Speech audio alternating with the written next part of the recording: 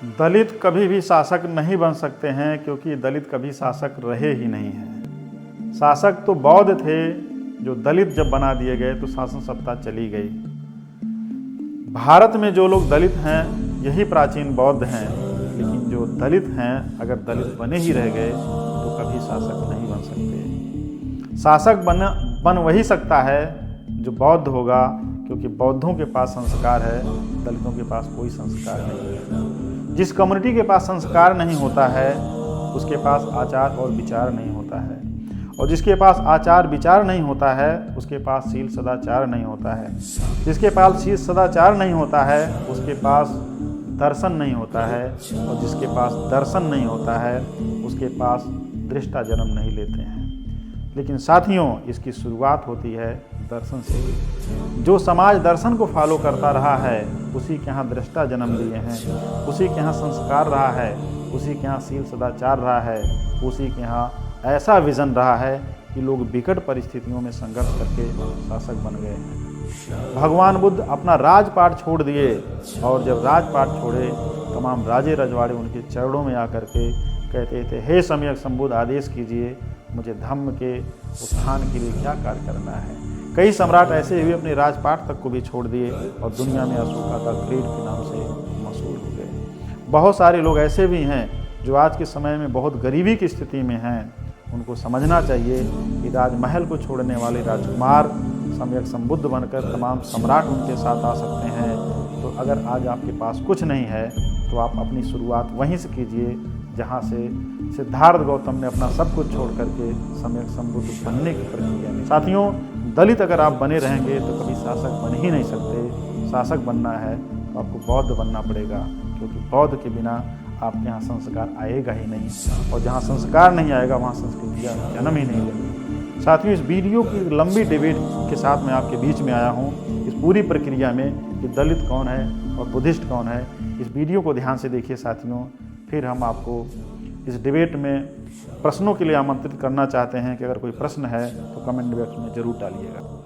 नमो बुद्धाय, नमो धम्माय, नमो संघाय। साथियों, जिन परिवारों के लोग संस्कार में जीते हैं, सदाचार में जीते हैं, दूरदर्शी होते हैं, वही परिवार आगे बढ़ा है, और जो परिवार इन सबसे दूर रहा वो परिवार पीछे चला गया है। साथियों, आज मैं दलित और बौद्ध के बारे में आपको बताने जा रहा हूँ कि दलित कभी भी इस देश का शासक न थे, न हैं और न होंगे। इस देश का शासक दलित कभी रहे ही नहीं, और दलित कभी इस देश का शासक हो भी नहीं सकता है। साथियों, आपको लग रहा हो कि मैं दलितों के खिलाफ बोल रहा हूँ। हाँ, बिल्कुल मैं दलितों के खिलाफ ही बोल रहा हूँ। उसका कारण है साथियों, भगवान बुद्ध के समय से लेकर के वर्तमान समय तक भारतीय इतिहास नहीं, पूरी दुनिया का जब इतिहास देखेंगे तो दुनिया में रूलिंग क्लास कौन रहा है? रूलर वही लोग रहे हैं जिन्होंने शील सदाचार को पालन किया है। जो लोग शील सदाचार को पालन करना भूल गए वो सत्ता से विहीन हो गए, वो पददलित हो गए, दल दिए गए, और वो अपने पुराने रास्ते को छोड़ करके नए रास्ते को अपना लिए। साथियों, मैं इतिहास की उन कड़ियों से आपको जोड़ना चाहता हूँ कि दलित कभी भी शासक नहीं हो सकता है, और कैसे नहीं हो सकता है। साथियों, भगवान बुद्ध ने कहा है कि जिस व्यक्ति के जीवन में शील सदाचार नहीं है, शराबी है, जुआरी है, ईर्ष्यालु है, झगड़ा लड़ाई करता है, वह कभी भी अपने चित्त को संयमित नहीं कर सकता। वो अपने आप में पददलित है, और ऐसे कंडीशन में वो कभी शासक नहीं बन सकता है। क्योंकि जो शासक होता है वो दूसरे के लिए पावर ऑफ अट्रैक्शन होता है। पावर ऑफ अट्रैक्शन कौन होगा? जो अच्छा कपड़ा पहनेगा, अच्छे विचार रखेगा और अच्छा पैसा कमाएगा, जन कल्याण के लिए उस पैसे को लगाएगा, वही एक सज्जन पुरुष होगा, वही सज्जन इंसान होगा। साथियों, समाज में जो आज दलित हैं, ये दलित क्यों हैं? इसका सबसे बड़ा कारण है साथियों कि समाज की जो तमाम बुराइयां हैं इनके अंदर व्याप्त हो गई। आज शराब का सबसे ज़्यादा कंजम्पशन है, जो शराब का सबसे ज़्यादा सेवन करने वाला वर्ग है वो दलित समुदाय है। इस समुदाय के सबसे ज़्यादा लोग अगर शारीरिक रूप से कुपोषित हैं, इसी समुदाय के लोग हैं। इस समुदाय के लोग सबसे ज़्यादा ऐसे कृत्यों में लिप्त हैं जिसकी वजह से समाज की संरचना में ये फिट नहीं बैठ रहे हैं। साथियों, मैं इस बात को फोकस करना चाहता हूँ कि जो इंसान दिन में कमाता हो, रात में पी लेता हो और पी करके नाले में गिरा हुआ हो, वह व्यक्ति अपने बच्चों को पढ़ाने के लिए कैसे सोच सकता है। मानवर कांसीराम ने इसलिए आंदोलन चलाया था कि अगर शासक बनना है तो शराब को छोड़ो। शराबबंदी एक आंदोलन चलाए थे। अभी बिहार के मुख्यमंत्री नीतीश कुमार जी ने भी शराबबंदी के लिए वहाँ पे प्रतिबंध लगाया है। साथियों, जो समाज शराब में सबसे ज़्यादा लिप्त रहेगा वो शासन व्यवस्था को खो देगा। राजे रजवाड़ों की शासन सत्ता को जाने के पीछे तमाम कारणों में से एक कारण यह भी रहा है कि सबसे ज़्यादा वो शराब और अय्याशी के करीब आ गए। तो दलित समाज को समझाने के लिए सद्गुरु रविदास जी ने इसलिए कहा था, पूरे समाज को समझाने के लिए उन्होंने कहा था कि आप जब तक अपने अंदर के बुरे विचारों को नहीं त्यागेंगे, बुरे कृत्यों को नहीं त्यागेंगे, आप कभी भी पावर में नहीं आ सकते हैं। एक समुदाय है ब्राह्मण समुदाय। अक्सर लोग ब्राह्मणों की बड़ी आलोचना करते हैं। सबसे कम शराब पीने वाला वर्ग हमने अगर कोई देखा है भारत के अंदर तो ब्राह्मण समुदाय के लोग हैं। सबसे कम शराब का सेवन करते हैं। सबसे ज़्यादा पढ़ने वाला, चाहे गरीबी हो चाहे अमीरी हो, ब्राह्मण समुदाय के लोग हर कंडीशन में पढ़ते हैं। और जब नौकरी नहीं थी तब भी वो पढ़ते थे। कुछ लोग ये कह सकते हैं कि उनके लोग नौकरियों में इसलिए ज़्यादा वो पढ़ते हैं ताकि नौकरी मिल जाए। जब नौकरी ही नहीं थी तब भी वो लोग पढ़ते थे।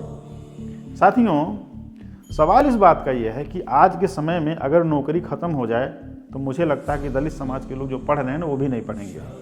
उसका सबसे बड़ा कारण यह है कि उनको ये लगता है कि पढ़ाई का मतलब नौकरी होता है। उनको ये नहीं पता है कि पढ़ाई का मतलब शिक्षा का अर्थ जो है आपका सर्वांगीण विकास है। ये अगर आप शिक्षित रहेंगे तो अपने जीवन को सुचारू रूप से चलाएंगे, आप बिजनेस करेंगे, समाज में आपका जो तालमेल है लोगों से बढ़ेगा। आप ज्ञान तालमेल को बढ़ाता है। जहाँ ज्ञान नहीं होती है वहाँ तालमेल लगभग ख़त्म होने लगता है। लेकिन ये समुदाय जो है जिस तरीके से संस्कारों को भूलता हुआ शराब के ठेके का चक्कर लगा रहा है, इसको समझने की ज़रूरत है। और जो नकली अम्बेडकरवादी ब्राह्मणों को खिलाफ लगातार जहर उगलते हैं, उनमें सब कमियां ही दिखाई देती है। उन्हें इस चीज़ को समझने की ज़रूरत है कि ये आंदोलन ब्राह्मण सुधार का चलाने की ज़रूरत नहीं है आपको। उनको क्या करना है उनको पता है। आप अपने लोग को सुधारिए। आप अपने लोग पहले खुद पढ़िए, बाबा साहब को फिर शिक्षा दीजिए। अम्बेडकरवादियों की सबसे बड़ी समस्या ये है कि बाबा साहब की किसी किताब को नहीं पढ़ते हैं, या बहुत कम अम्बेडकरवादी हैं जो उनकी कुछ किताबों को पढ़ें या कुछ पन्नों को पढ़े हैं या कुछ कोटेशन मात्र जानते हैं। मैं यूनिवर्सिटी के प्रोफेसर तक की बात कर रहा हूँ। मैंने कई लोगों से पूछा कि बाबा साहब की ये किताब आपने कंप्लीट कौन सी पढ़ी है, मैं आपसे डिबेट करना चाहता हूँ, तो कई लोग भाग खड़े हुए।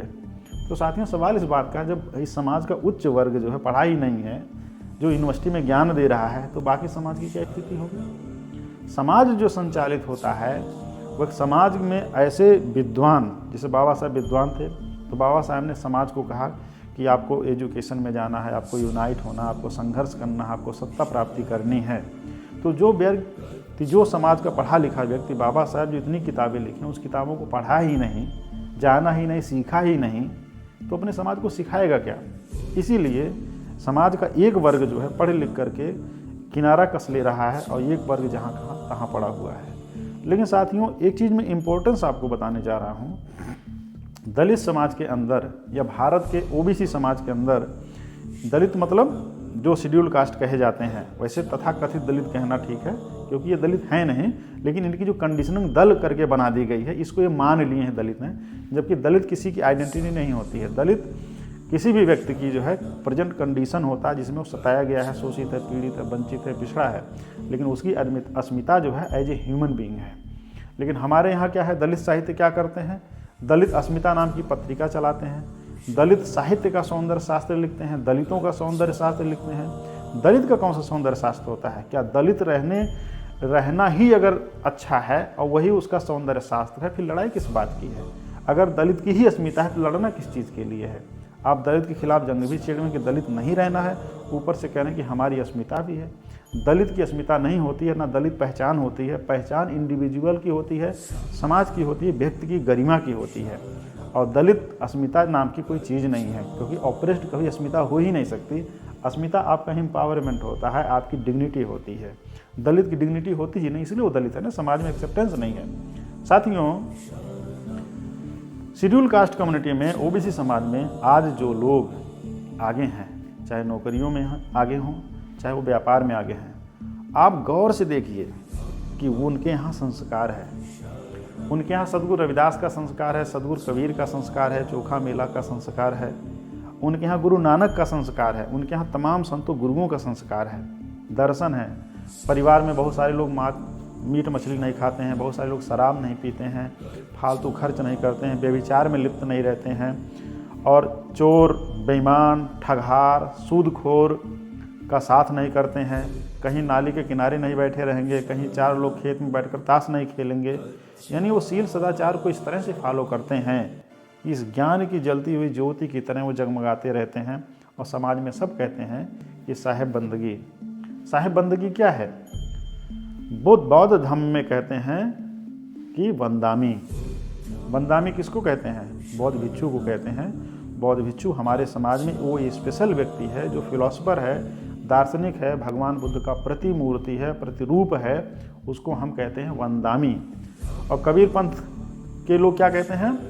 साहेब बंदगी। साहेब मतलब क्या? श्रीमान। वंदगी माने वंदामी। हे श्रीमान, हम आपको वंदामी करते हैं। और यही हमारे बौद्ध परंपरा में क्या है, कहते हैं भंते जी आपको वंदामी, हे भंते आपको वंदामी, वंदामी भंते जी, ये हम बोलते हैं। तो साहेब बंदगी जो कबीरदास का है वो तथागत बुद्ध की परंपरा का हिस्सा है। और इसीलिए सदगुरु रविदास के मानने वाले लोग भी जो है सदगुरु रविदास का नाम लेकर के जो है नमामि करते हैं, नमस्कार करते हैं, धन गुरु रविदास करते हैं, सतगुरु रविदास, सतगुरु कहते हैं जय गुरुदेव, मतलब गुरु की जय हो, यानी वंदामी गुरु आपको मैं प्रणाम कर रहा हूँ। तो आप देखिए साथियों, बुद्ध भगवान को मानने वाले लोग, बौद्ध परंपरा के मानने वाले लोग ही सदगुरु रविदास की परंपरा के मानने वाले लोग हैं, और सदगुरु परंपरा के मानने वाले लोग ही कबीर पंथी हैं। साथियों, इसमें देखिए समानता क्या, मैं एक शब्द से आपको समझा दिया। बौद्ध भिक्षु को वंदामी कहा जाता है, कबीर पंथ वाले लोग एक दूसरे को वंदामी, साहेब बंदगी कहते हैं। साहेब मतलब कबीर साहब की बंदगी हो, आपकी बंदगी हो, सज्जन पुरुष जो भी गुरु सदगुरु रविदास, सदगुरु कबीर का फिलोसफर है। और यहाँ पे कहते हैं सतगुरु रविदास, जय गुरुदेव, धन गुरुदेव। ठीक है, तो धन का मतलब यहाँ पे पैसे से नहीं है, धन का मतलब ऐसे वैभव से है जो आपको पूरी तरीके से अरहत्व की तरफ ले जाए और आपके अंदर वो तमाम चीज़ों को भर दे जो सदगुरु रविदास जी ने कहा है। मैं उसकी अभी आगे व्याख्या करके बताऊंगा। तो साथियों, SC OBC समुदाय में सबसे ज़्यादा वही लोग आगे गए बुरे हालात में, जिनके यहाँ कबीर पंथ जिंदा था, सदगुरु रविदास का दर्शन जिंदा था, तथागत समय संबुद्ध का दर्शन जिंदा था, वही लोग आगे गए। लेकिन जो लोग शराब में फंस गए, जुआ में फंस गए, चोरी ठगारी बेईमानी में फंस गए और बेविचार और तमाम अनाचार में फंस गए, वह पूरी तरीके से दलित हो गए और समाज में ऐसे हाशिए पे जाके खड़े हो गए जो कुछ ना करने की स्थिति उनकी बन गई। अगर वो लोग, समाज में परिस्थितियां किसी भी समाज के लिए बहुत अच्छी नहीं होती हमेशा, हर समाज का एक बुरा दिन आता है, यह बुरा दिन आप पर भी आया। भारत में बौद्धों की जब शासन व्यवस्था खत्म हुई, अलाउद्दीन खिलजी के लगातार हमले हुए, मोहम्मद बिन तुगलक के लगातार भारत में हमले होते रहे, लेकिन जो सबसे बड़ा हमला था बौद्ध संस्थानों को गिराने का, ध्वस्त करने का, वो बख्तियार खिलजी का था। जब नालंदा विश्वविद्यालय को उसने पूरी तरीके से ध्वस्त किया और पूरे गल्फ कंट्रीज से बौद्ध धर्म खत्म हो गया और अफगानिस्तान, पाकिस्तान होते हुए पूरे भारतवर्ष से बौद्ध धर्म लगभग खत्म कर दिया गया। बड़े बड़े बौद्ध विहार गिरा दिए गए, स्तूप गिरा दिए गए, अशोक स्तंभ गिरा दिए गए, भगवान बुद्ध की मूर्तियाँ तोड़ दी गईं। सारी अवस्था भगवान बुद्ध की जितनी भी मूर्तियाँ मिल रही हैं टूटी हुई अवस्था में मिल रही हैं, तमाम अभिलेख को नष्ट कर दिया गया है। बड़े बड़े अशोक स्तंभ पत्थर के बने टूटे अवस्था में मिल रहे हैं। तो आप जो लोग प्राचीन बौद्ध थे वही कालांतर में पिछड़ा और दलित बन गए। यही दलित पिछड़ा समुदाय में जो लोग सदगुरु रविदास, कबीर और बाबा साहेब और तथागत बुद्ध को डायरेक्ट इनडायरेक्ट तरीके से मानते रहे हैं, वही परिवार आज आगे बढ़ा है। और जो परिवार इन लोगों को नहीं माना है वो परिवार आज पीछे है।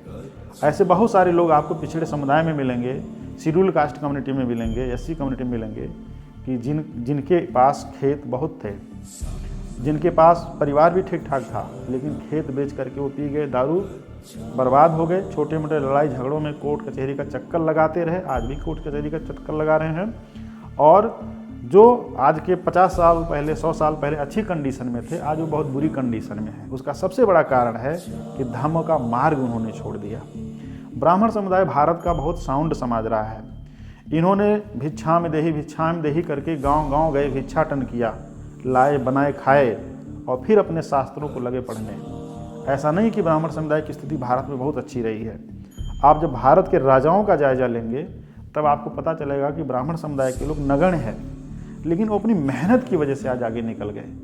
तो जो नकली अम्बेडकरवादी हैं कि ब्राह्मणों के खिलाफ एक जंग छेड़े हुए हैं, उनको यह बात समझने की ज़रूरत है कि भैया आप मेहनत करो, आप मेहनत नहीं करोगे तो आप पिछड़े रह जाओगे। अब आप कहोगे डिस्क्रिमिनेशन होता है, आपके साथ डिस्क्रिमिनेशन क्यों नहीं होगा? सत्ता संघर्ष जब दो कौमें करती हैं तो जो पावरफुल होती हैं वो ज़्यादा खाना चाहती हैं, दुनिया नहीं, ये मनुष्य की प्रवृत्ति में है शामिल। इसीलिए भगवान बुद्ध ने कहा है कि आपको अपने माइंड को ऐसी अवस्था में ले जाना है जहाँ से आपके मन के अंदर से शोषण करने की भावना ही निकल जाए। और यही सद्गुरु रविदास जी ने भी कहा है। और 38 तरह से मंगल के बारे में भगवान बुद्ध ने बताया कि आपको करना क्या है, क्योंकि आप लड़ाई छेड़ करके किसी के खिलाफ आप कुछ अर्जित नहीं कर सकते हैं। बाबा साहब मनुस्मृति जला करके इस देश को राइट्स नहीं दिला पाए। मनुस्मृति जलाने वाली सभा में वो गए थे, उन्होंने जलाया भी नहीं था।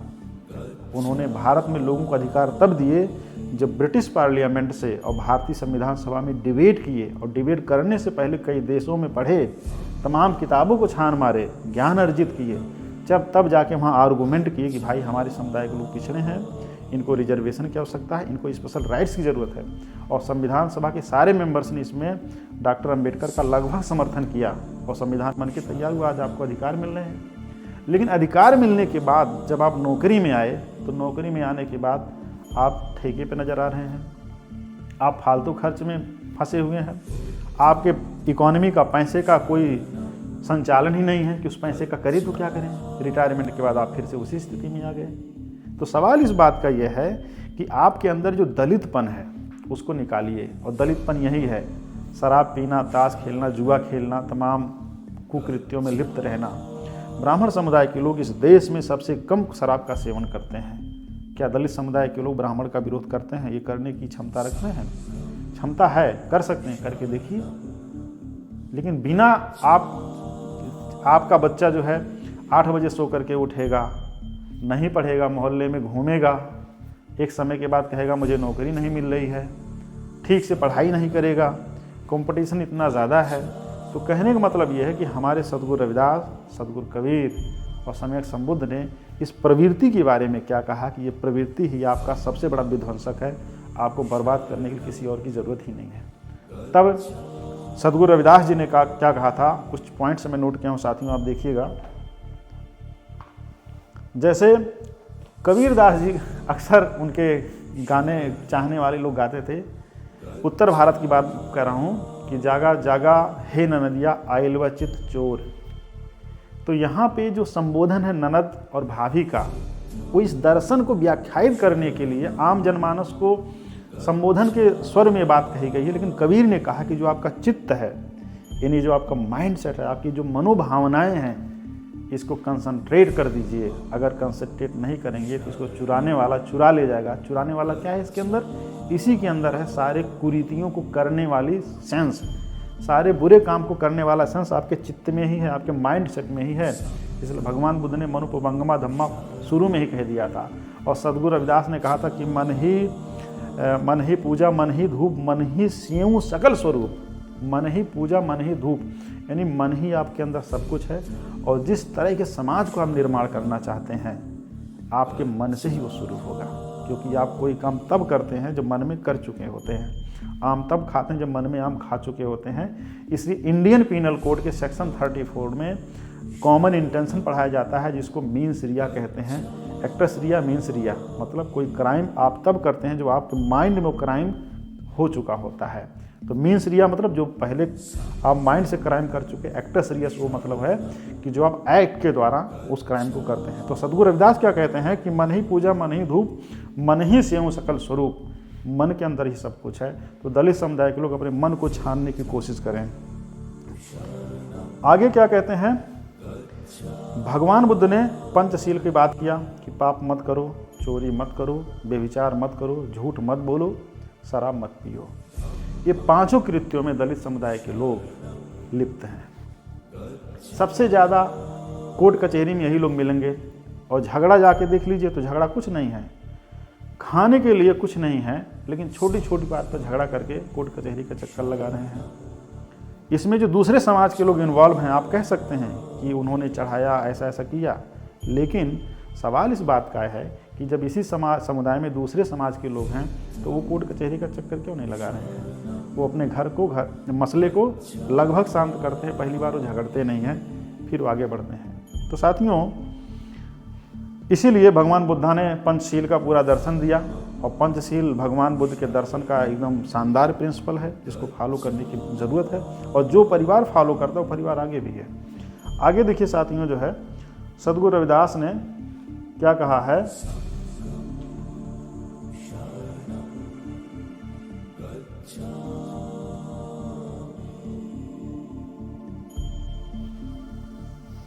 भगवान बुद्ध ने कहा था कि संसार में दुख है, दुख का कारण है, उसका निवारण है और उसके तरीके हैं।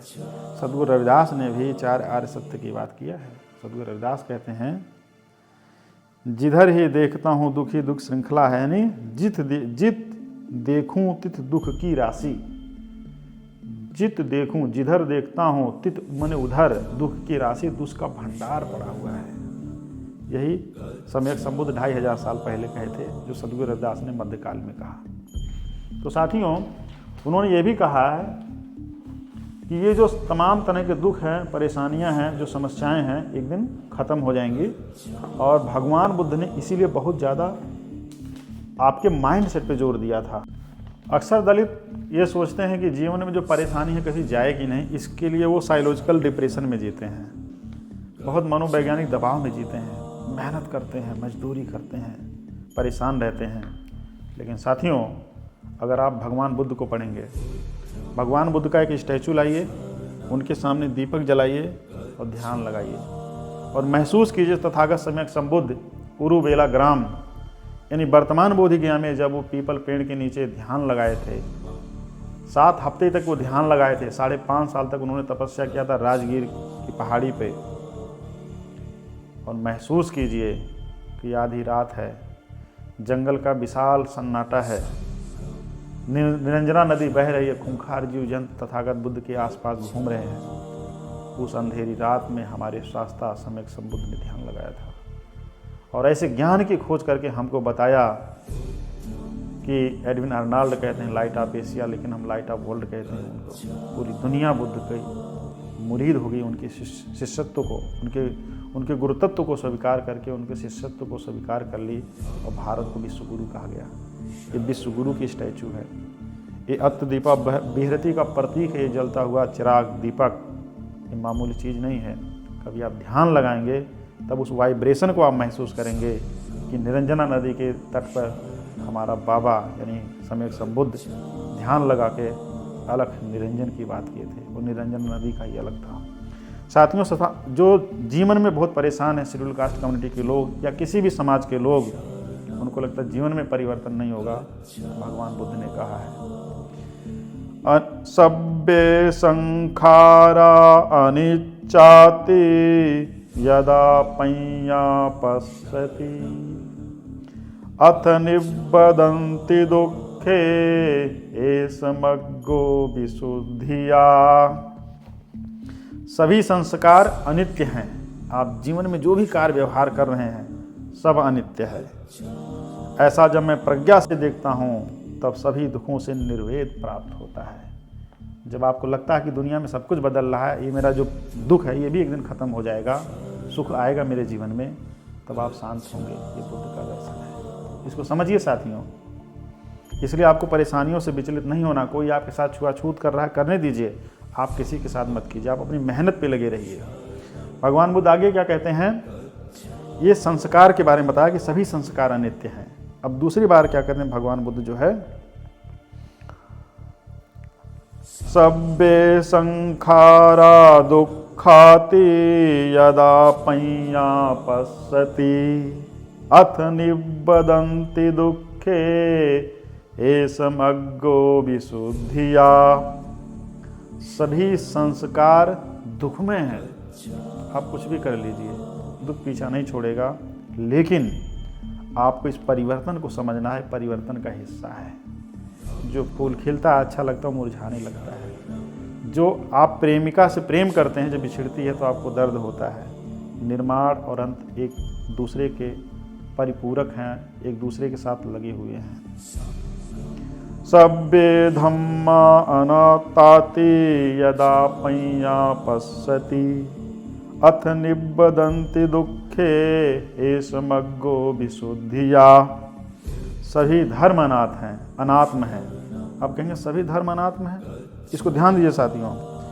धम्मा का मतलब यहाँ पे भगवान बुद्ध ने कहा है रूप, 5 स्कंद की बात किया है। छित जल पावक गगन समीरा, 5 तत्व से बनी शरीरा ये नहीं, 4 तत्व से इस धरती का निर्माण हुआ है। 5 तत्व नहीं, हवा से पानी से आग से मिट्टी से बना है दुनिया, आकाश से नहीं बना। आकाश नाम की कोई चीज़ ही नहीं है। जब साइंटिस्टों ने, जोग्राफर ने पूरी दुनिया को देखा तब का ये गैलेक्सी है, आकाश नाम की कोई चीज़ ही नहीं है। सब एक, आप जिस तरह से चाँद को देखते हैं एक गोलाई की आकृति में आकाश में दिख रहा है, वो आकाश में है ही नहीं। जब चाँद पे जाएंगे तो पृथ्वी भी आपको ऐसे ही दिखाई देगी। खैर, रूप, वेदना, संज्ञा, संस्कार और विज्ञान ये धम्म का हिस्सा हैं। यही अनात्म है, यही धर्म है। सद्गुरु रविदास जी ने यहाँ पे एक बड़ी अच्छी बात कही है कि कौन व्यक्ति आगे बढ़ सकता है, कौन अपने दुखों से मुक्ति पा सकता है, कौन दलित से बुद्धिस्ट हो जाएगा तो शासक बन जाएगा। सद्गुरु रविदास जी कहते हैं संत संतोष अरु सदाचार जीवन के आधार, रविदास भय नर देवते जिन त्यागो पंच विकार। यानी सद्गुरु रविदास कहते हैं कि जो अपने जीवन से 5 तरह के विकारों को छोड़ देगा वो मनुष्य जो है देवता के समान हो जाएगा। देवता का मतलब हिंदू वाला नहीं, देवता का मतलब जो बुद्धिज्म में है, जो उत्तम पुरुष हैं उनको हम देव कहते हैं। जैसे भिक्षु को हम देव कह सकते हैं, वो साधारण मनुष्यों में भिक्षु उत्तम होता है। और फिर सद्गुरु रविदास क्या कहते हैं, बुद्ध अरु विवेक ही जऊँ राखन चाहो पास, इंद्रिया संग निरति को तज देहूँ रे दास। सद्गुरु रविदास कहते हैं कि अगर आप बुद्धि और विवेक को अपने पास रखना चाहते हैं, जिससे आप आगे बढ़ेंगे बुद्धि और विवेक से, तो उसके लिए इंद्रियों का जो दुष्चक्र है, जो तमाम तरह के शराब, मदिरा, पान, इसमें लिप्त रहने की जो सोच है, जो 5 तरह के विकार हैं पंचशील में भगवान बुद्ध ने बताया कि इसको नहीं करना चाहिए, उसको जो त्याग देगा वही विवेक और शील सदाचारवान रहेगा। वही सद्गुरु रविदास कह रहे हैं। भगवान बुद्ध, सद्गुरु रविदास की वाणी में भगवान बुद्ध के दर्शन धम्मपद, ये फिर मैंने वीडियो बनाया हूँ, आप इष्टा नालंदा चैनल पर जाके देख सकते हैं। सद्गुरु रविदास ने एक एक वाणी में वही कहा जो भगवान बुद्ध ने कहा है कि बुद्ध अरु विवेक ही जऊँ राखन चाहो पास। अगर बुद्ध और विवेक अपने पास रखना चाहते हो, इंद्रिया संग निरति को, इंद्रिया संग निरत को तज देहूँ रविदास। इंद्रियों के साथ जो तमाम कर्म कुरुत्व हैं उसको त्याग दीजिए, रविदास जी कह रहे हैं। और इसलिए भगवान बुद्ध ने भी तमाम तरह से अपने दर्शन को व्याख्यायित करते हुए अलग अलग तरीके से हमें ये बात कही है। साथ में भगवान बुद्ध ने एक बात और कही है जो महामंगल सूत्र का हिस्सा है कि आप क्या करेंगे तो आगे बढ़ेंगे। मैं महामंगल सूत्र थोड़ा पढ़ के सुनाना चाहता हूँ। आप साथियों थोड़ा सा मेरा वीडियो समय लेके देखा कीजिए, थोड़ा मेरा लेक्चर लंबा होता है, लेकिन आपका ये जो आधे घंटा 20 मिनट का लेक्चर है ना, ये आपके जीवन में बहुत महत्वपूर्ण है। थोड़ा ध्यान दीजिएगा साथियों, और मैं चाहूँगा थोड़ा आप धैर्य बना के रखिए। महामंगल सूत्र यहाँ शुरू होता है, एवं मे सुतं एकं समयं भगवा सावत्थियं विहरति जेतवने, अनाथ पिंडकस्य आरामे अथ को अन्यतरा देवता, अभिकंताय रत्तिया अभिकंतवर्णा केवल कप्पं, जेतवनं शोभासित मित्वा येन भगवा तेनुपसंकं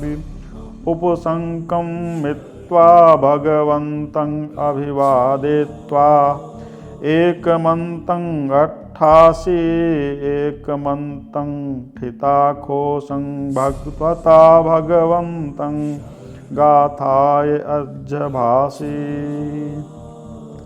आगे क्या कहते हैं, ऐसा मैंने सुना एक समय भगवान श्रावस्ती के अनाथ पिंडक के जेतवन में विहार करते थे। तब एक देवता रात की बितने पर अपनी दीप्त के समान जेतवन को आलोकित कर जहाँ भगवान थे वहाँ आया। आकर भगवान को अभिवादन कर एक ओर खड़ा हो गया। एक ओर खड़े हो उस देवता ने गाथा में भगवान से कहा, कल्याण की आकांक्षा करते हुए बहुत से देवता और मनुष्यों ने मंगल के विषय में विचार किया। आप बताओ कि उत्तम मंगल क्या है। साथियों, आप देवता सुनकर के हैरान हो रहे होंगे। देवता उसको कहा जाता जो मनुष्यों में उत्तम सोच का रहता, जिसे बहुत भिक्खु देवता के समान ही है।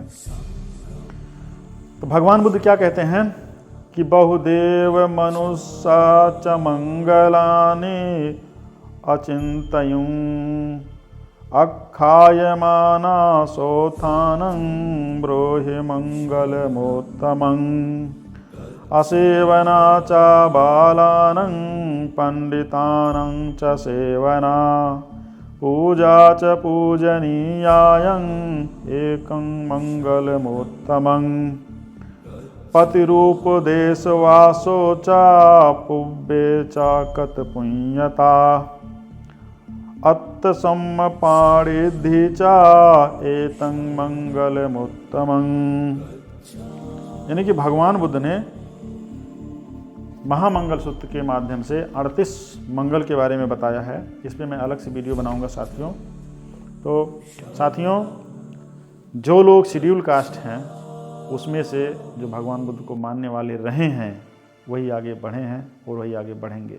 भगवान बुद्ध का दर्शन एक विशाल सागर की तरह है और दुनिया की तमाम नदियाँ उस सागर में आकर के मिलती हैं, लेकिन उस सागर से जो गागर भर लेता है वो भगवान बुद्ध के दर्शन को समझने के लिए एक छोटा सा फार्मूला जरूर अपने पास ले लेता है। क्योंकि भगवान बुद्ध कहते हैं कि अपनी शुरुआत कहीं से भी होनी चाहिए। आपने पास्ट में क्या किया डजंट मैटर, अभी क्या करेंगे बहुत मायने रखता है। तो जो लोग दलित हैं भारत में वो शासक कभी नहीं बन सकते हैं, और जो दलित थे वो कभी शासक बने ही नहीं हैं। दलित का डिफिनेशन ये है जो तमाम तरीके के कुकर्मों में लिप्त है, किसी भी तरीके से वो दबाया गया फिर भी वो अपने अंदर संस्कार डेवलप नहीं कर सका, वो कभी शासक बन ही नहीं सकता है। शासक वही बन सकता है जिस तरीके से सम्यक संबुद्ध के दर्शन को फॉलो करने वाले लोग, जो परिवार आगे बढ़े हैं, तो वही एक पैरामीटर है आपके आगे बढ़ने। संस्कृतियों के अभाव में सभ्यताएं नष्ट हो जाती हैं और सभ्यता के अभाव में मनुष्य अपने होने के वजूद को खो देता है। भगवान बुद्ध का दर्शन इसी पे डिपेंड है कि आप दर्शन से संस्कृति का निर्माण कीजिए। संस्कृतियाँ ही संस्कार है, संस्कार ही संस्कृतियाँ हैं। साथियों, अगर कोई आपका प्रश्न है तो कमेंट बॉक्स में ज़रूर डालिए। हम अगले डिबेट में आपके साथ फिर हाजिर रहेंगे। तब तक के लिए नमो बुद्धाय, नमो धम्माय, नमो संघाय।